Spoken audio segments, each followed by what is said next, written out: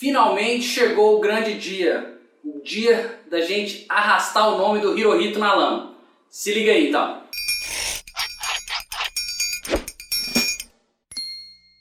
Bom, quem estava acompanhando aí a minha série de vídeos sobre o Estúdio Ghibli, percebeu que eu não sou muito fã do Hirohito, né, do imperador japonês na época da Segunda Guerra Mundial. E eu vou aqui, nesse vídeo, justificar os meus motivos. Por que eu não gosto do Hirohito? E eu acho que ninguém deveria gostar dele, inclusive. Eu acho que o nome dele deveria ser tão ruim de ouvir quanto o nome de Hitler. E eu acho que no fim do vídeo você vai concordar comigo. A gente tem uma visão da história, uma visão muito eurocêntrica, certo? Se você for pegar a Segunda Guerra Mundial, a gente considera que ela começou quando a Alemanha invadiu a Polônia, né, em 1939. Esse é o marco do início da Segunda Guerra Mundial. Mas se você for pensar no que estava acontecendo na Ásia, o conflito já vinha de bem antes. Eu vou ter que voltar um pouquinho no tempo só para dar um pouco de contexto histórico para vocês aqui, para ficar mais fácil de entender, certo? O avô do Hirohito assumiu o poder em 1867, a era Meiji, certo?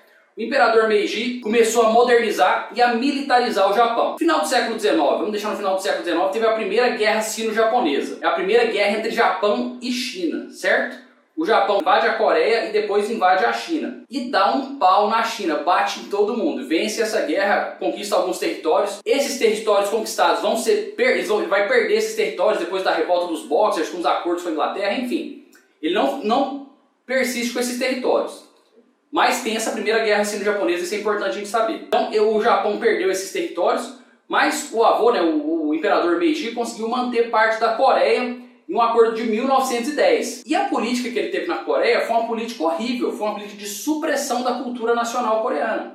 Então ele proibiu falar a língua coreana, ele obrigava que as crianças nascidas na Coreia tivessem nomes japoneses e proibiu as canções nacionais coreanas.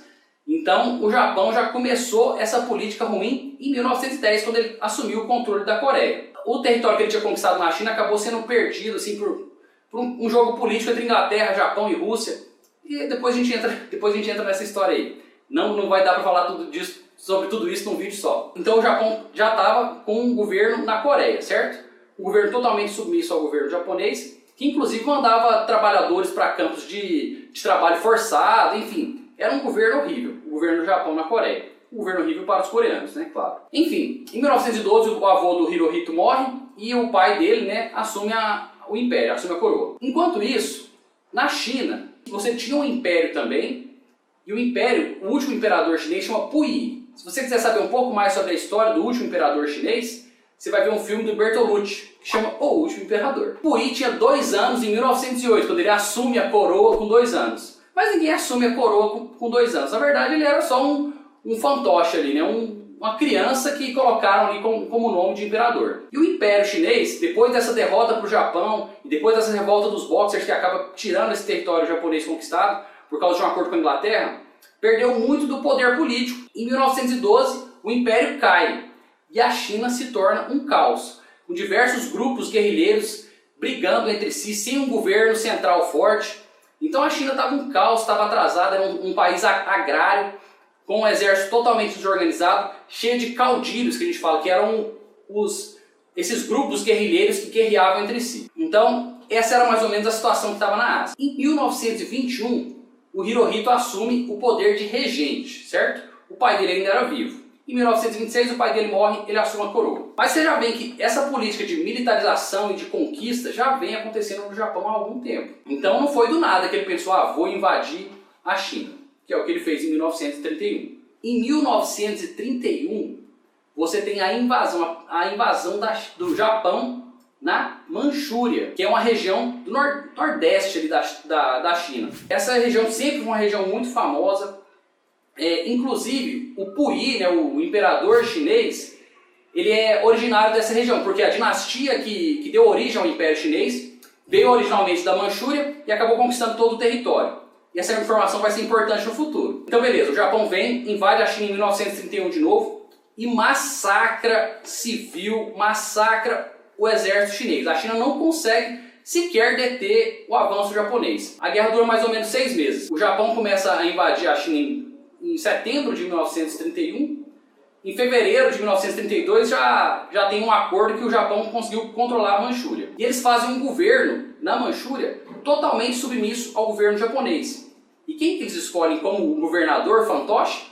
o Puyi. O Puyi, isso, o imperador chinês que tinha origem manchuriana, eles colocam ele como fantoche. Mas o governo era totalmente submisso ao governo japonês. Os cidadãos chineses nessa época, eles eram considerados seres inferiores. Não podiam frequentar as mesmas escolas, não podiam ter os mesmos empregos que os japoneses. Então eram cidadãos de segunda classe, assim como eram os judeus na época da Alemanha nazista.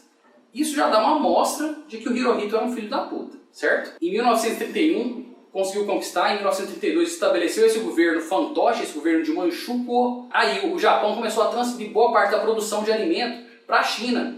Então os alimentos que em tese eram produzidos na China iam todos para o Japão, o que ocasionou uma grande fome entre os cidadãos chineses. Então esse governo japonês na Manchúria foi um desastre para a China. Na Batalha da Ponte Marco Polo, em 1937, você teve uma batalha entre forças chinesas e japonesas na fronteira da Manchúria, certo? A Ponte Marco Polo ficava na fronteira da Manchúria. A Batalha da Ponte Marco Polo é o início da Segunda Guerra Mundial na Ásia. O início da guerra entre Japão e China. O Japão, como eu falei, em 1931 invadiu a Manchúria e conquistou, ganhou a guerra rapidamente. Em 6 meses já tinham um governo estabelecido. E eles acharam que iam conseguir fazer a mesma coisa com o restante da China. Um exército desorganizado, não tinha um governo central forte, mas o que aconteceu foi que os caudilhos, todos os generais, se uniram contra um inimigo comum que era o Japão. Então a batalha na China, não foi tão fácil quanto eles pensavam que ia ser. E o que aconteceu? O Japão mostrou o seu pior lado.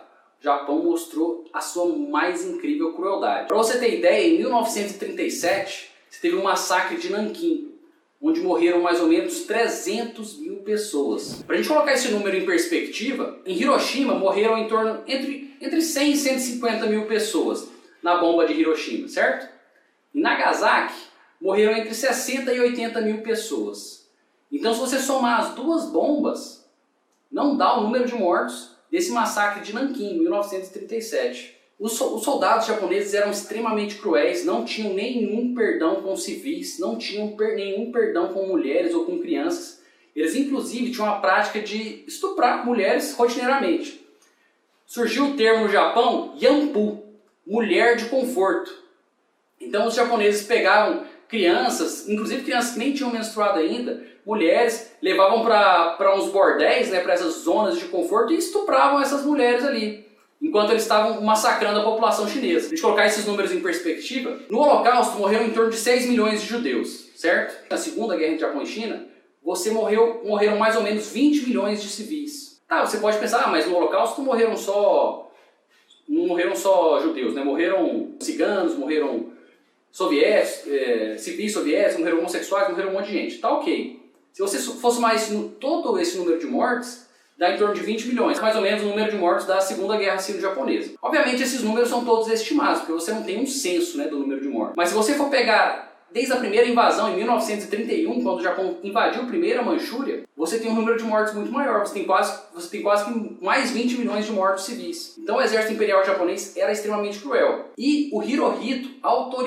sancionou o uso de armas químicas, uma coisa que já estava banida desde o final da Primeira Guerra Mundial. A arma química já estava banida, Teve o Tratado de Haia, as convenções de Haia, onde você não poderia assassinar prisioneiros, você não podia usar armas químicas, entre outras coisas. E o Hirohito sancionou o uso de armas químicas. Na Batalha de Wuhan, por exemplo, é a batalha que ficou mais famosa. Milhares de pessoas morreram com o uso de armas químicas. Então, o número de pessoas mortas pelo Japão foi imenso. E olha que eu estou falando só de Japão e China, porque o Japão invadiu Filipinas, sem contar os campos de trabalho forçado na Coreia, onde muita gente morria, certo? Pra você ter ideia, nas Filipinas, finalzinho da Segunda Guerra Mundial, em 1945, teve um massacre de Manila, onde mais de 100 mil civis foram mortos pelo exército imperial japonês.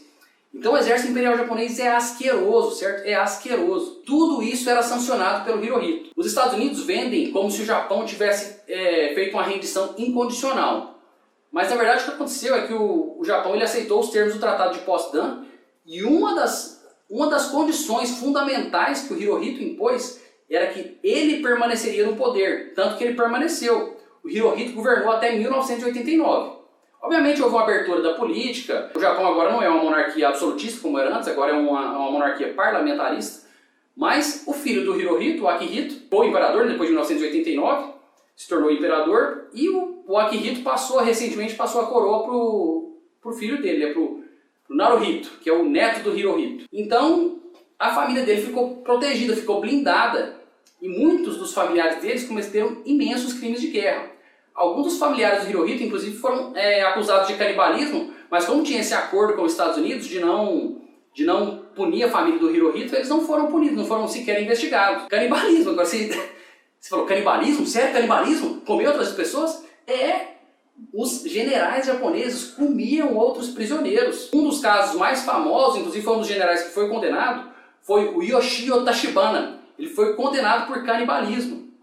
Teve um soldado australiano que relatou que enquanto o prisioneiro estava vivo, os caras cortavam pedaços de carne dele e iam comendo. Olha que bizarro, cara. Olha o nível de atrocidade que chegou a Segunda Guerra Mundial lá na Ásia. Aí você pode falar, mas pelo menos lá não tinha campo de concentração. Tinha sim.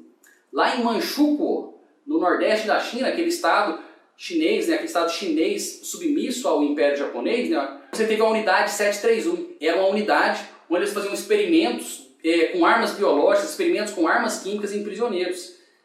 Faziam vivissecção de prisioneiros, ou seja, você abria o cara enquanto ele ainda estava vivo, sem anestesia, sem nada. Você abria o cara, só para ver o funcionamento. Então você teve um monte de experimento atroz nessa unidade 731 e nenhuma das pessoas que trabalhavam na unidade 731 foi punida. Porque o Japão fez um acordo com os Estados Unidos teria acesso aos dados das pesquisas feitas nessa unidade 731 e isentaria as pessoas que trabalhavam lá de qualquer tipo de punição. Você já pensou isso, cara? Nenhum dos caras que fizeram essas atrocidades com seres humanos foi punido. Então o Japão é um dos maiores injustiçados da Segunda Guerra Mundial por causa disso, porque ele não foi punido. O Hirohito continuou no poder, ninguém sabe dessas atrocidades que foram feitas na Ásia e ninguém parece se importar em divulgar essa informação, sabe? Quando você fala o nome de Hitler, todo mundo já treme, né? Pensa, putz, que desgraçado, todo mundo já sabe que é um desgraçado. Quando você fala o nome de Hirohito, ninguém sabe quem que é. Então eu acho que essa informação deveria ser mais divulgada, porque o Japão na Segunda Guerra Mundial foi um dos maiores vilões da Segunda Guerra Mundial. E essa narrativa vitimista que a gente está acostumado a ver, né, com o Japão sofrendo após as bombas, né, atômicas, parece que de certa forma apagam esse passado cruel, vil e desprezível que teve o Japão na Segunda Guerra Mundial, certo? Então, felizmente o Japão foi derrotado na Segunda Guerra Mundial, mas infelizmente o Hirohito continuou no poder, né? Então, é isso. Divulguem essa informação aí e espero que vocês gostem do vídeo. Desculpa, o vídeo ficou um pouco longo. Qualquer informação que vocês acham que eu posso ter me equivocado aqui, comenta aí, deixa nos comentários que a gente tenta corrigir. Ou, enfim, todo mundo é passível de erro. Um abraço a todos, tudo de bom e até mais.